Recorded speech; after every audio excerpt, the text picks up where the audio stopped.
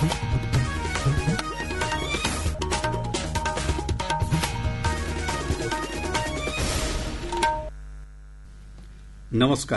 ये आकाशवाणी पटना है। अब आप राकेश कुमार सिंह से प्रादेशिक समाचार सुनिए। पहले मुख्य समाचार।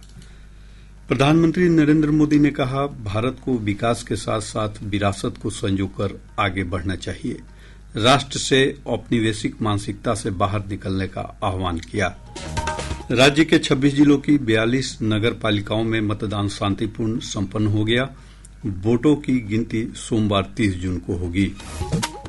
प्रधानमंत्री नरेंद्र मोदी कल सुबह 11 बजे आकाशवाणी पर मन की बात कार्यक्रम में देश विदेश के लोगों के साथ विचार साझा करेंगे।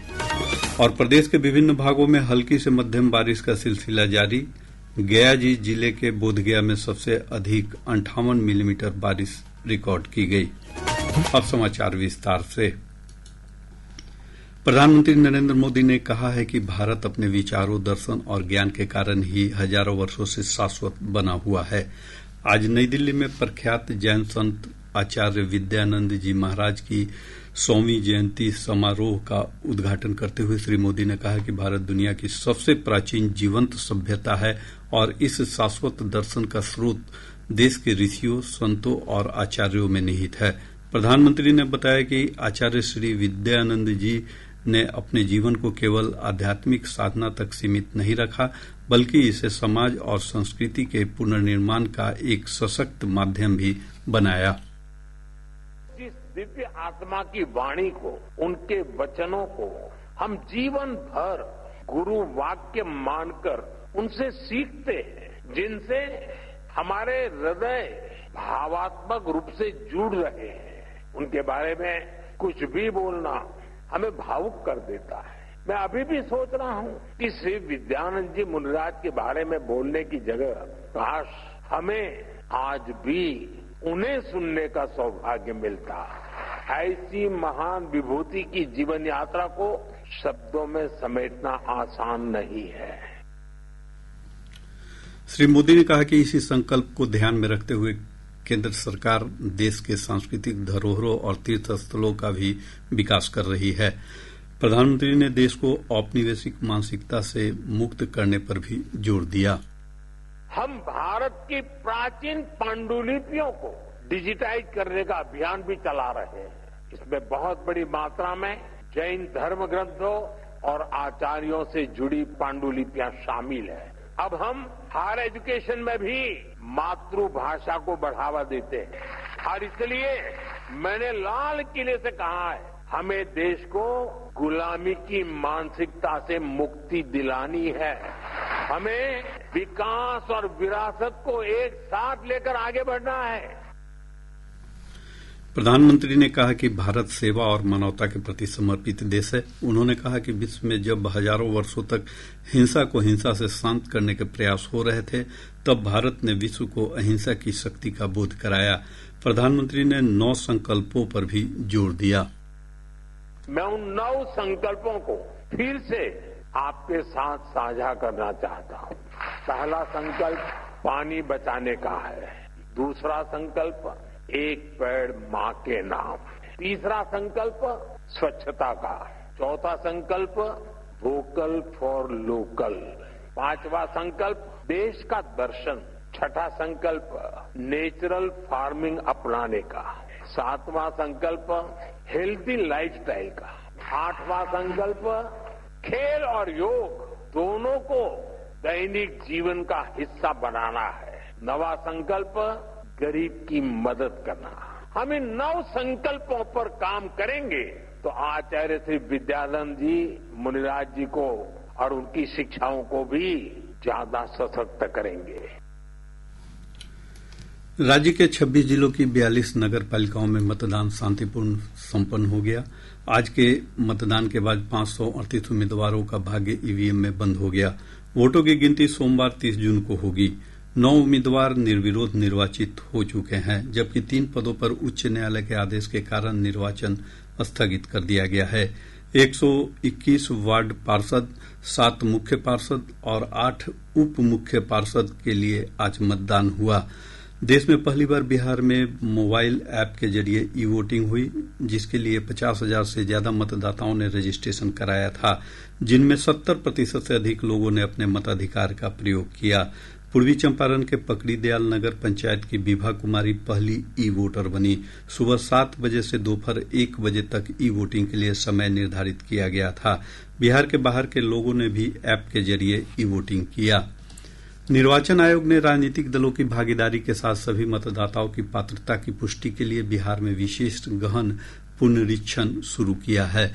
इसमें 77,800 से अधिक बीएलओ के साथ साथ नए मतदान केंद्रों के लिए लगभग 20,603 अतिरिक्त बूथ लेवल अधिकारियों की नियुक्ति की गई है। पुनरीक्षण के दौरान 1 लाख से अधिक स्वयंसेवक भी विशेष रूप से वृद्ध, बीमार, दिव्यांग व्यक्तियों, गरीबों और अन्य कमजोर समूहों की मदद करेंगे। निर्वाचन आयोग ने नए गणना फॉर्म की छपाई शुरू कर दी है।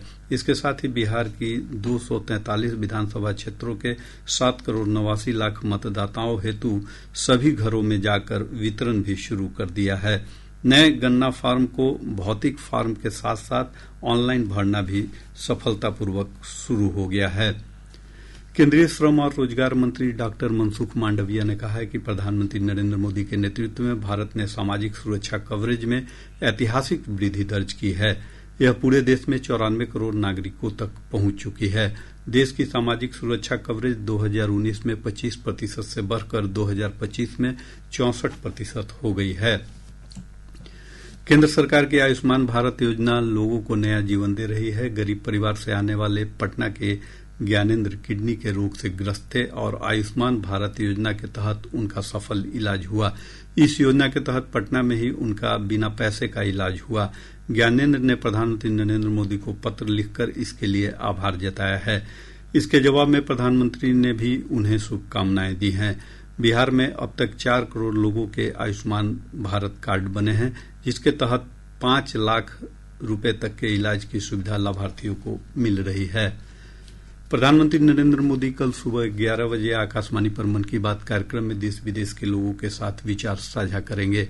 यह इस कार्यक्रम की 123वीं कड़ी होगी। यह कार्यक्रम आकाशवाणी और दूरदर्शन के पूरे नेटवर्क पर प्रसारित किया जाएगा। इसके अलावा मन की बात का प्रसारण आकाशवाणी की वेबसाइट तथा news on AIR mobile app पर भी उपलब्ध होगा।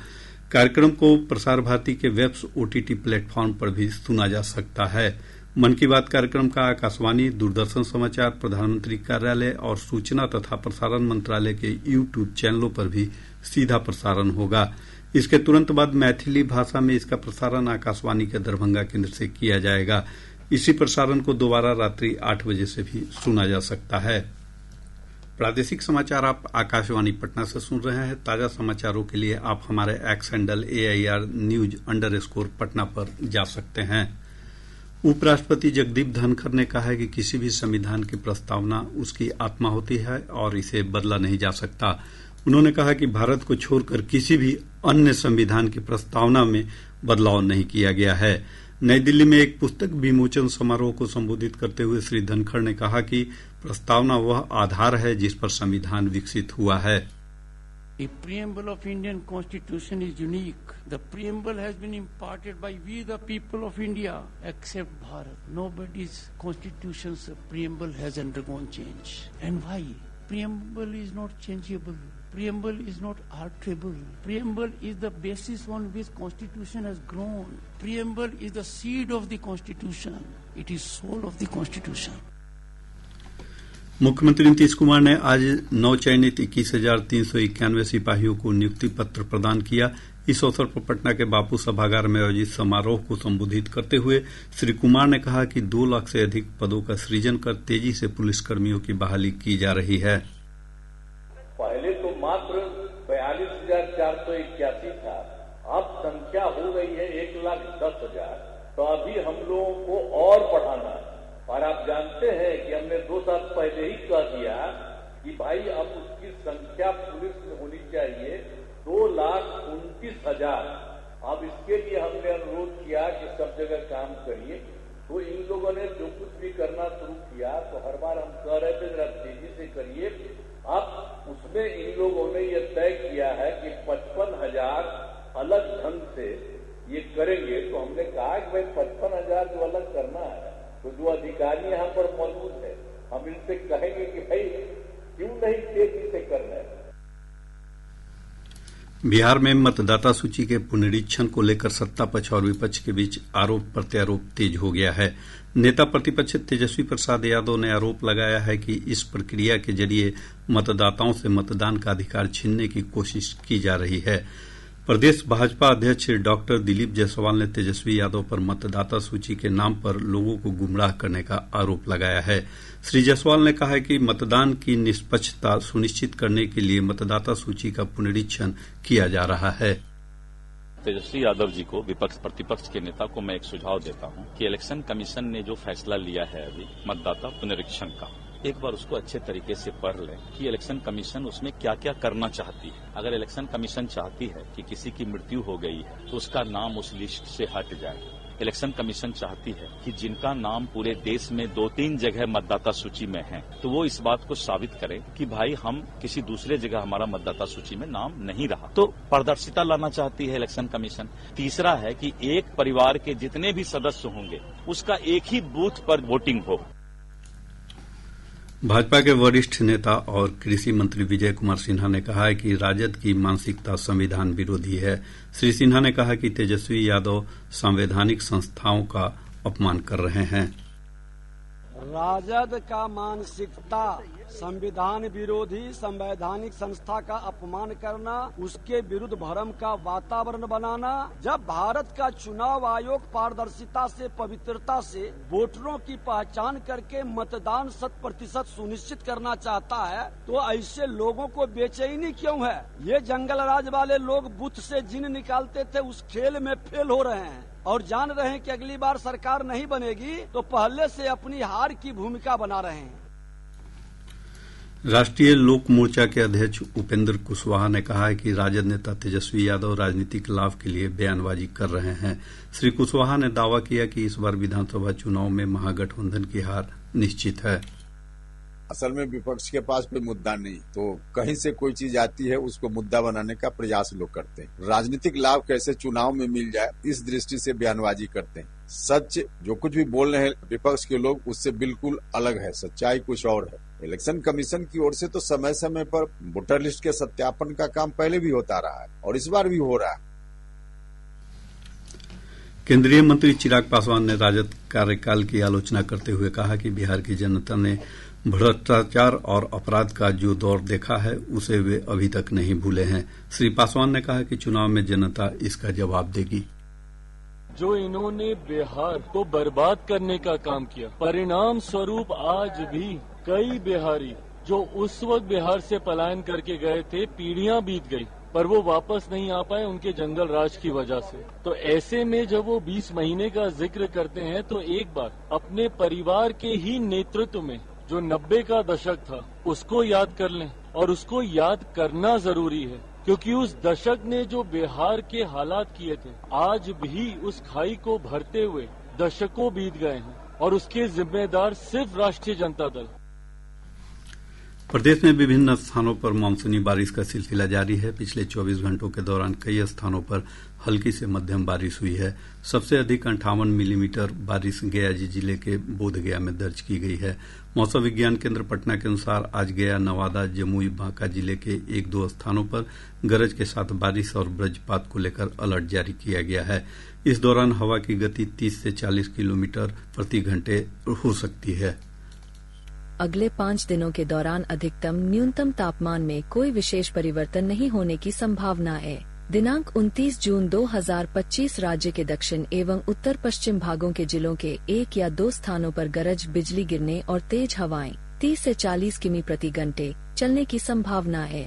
राज्य के कैमूर और रोहतास जिलों में 1-2 स्थानों पर भारी वर्षा होने की संभावना है। और अब अंत में मुख्य समाचार एक बार फिर। प्रधानमंत्री नरेंद्र मोदी ने कहा, भारत को विकास के साथ साथ विरासत को संजोकर आगे बढ़ना चाहिए। राष्ट्र से औपनिवेशिक मानसिकता से बाहर निकलने का आह्वान किया। राज्य के 26 जिलों की 42 नगर पालिकाओं में मतदान शांतिपूर्वक संपन्न हो गया। वोटों की गिनती सोमवार 30 जून को होगी। प्रधानमंत्री नरेंद्र मोदी कल सुबह 11 बजे आकाशवाणी पर मन की बात कार्यक्रम में देश विदेश के लोगों के साथ विचार साझा करेंगे। और प्रदेश के विभिन्न भागों में हल्की से मध्यम बारिश का सिलसिला जारी। गया जिले के बोधगया में सबसे अधिक 58 मिलीमीटर बारिश रिकॉर्ड की गई। इसके साथ ही आकाशवाणी पटना से प्रसारित प्रादेशिक समाचार का ये अंक समाप्त हुआ।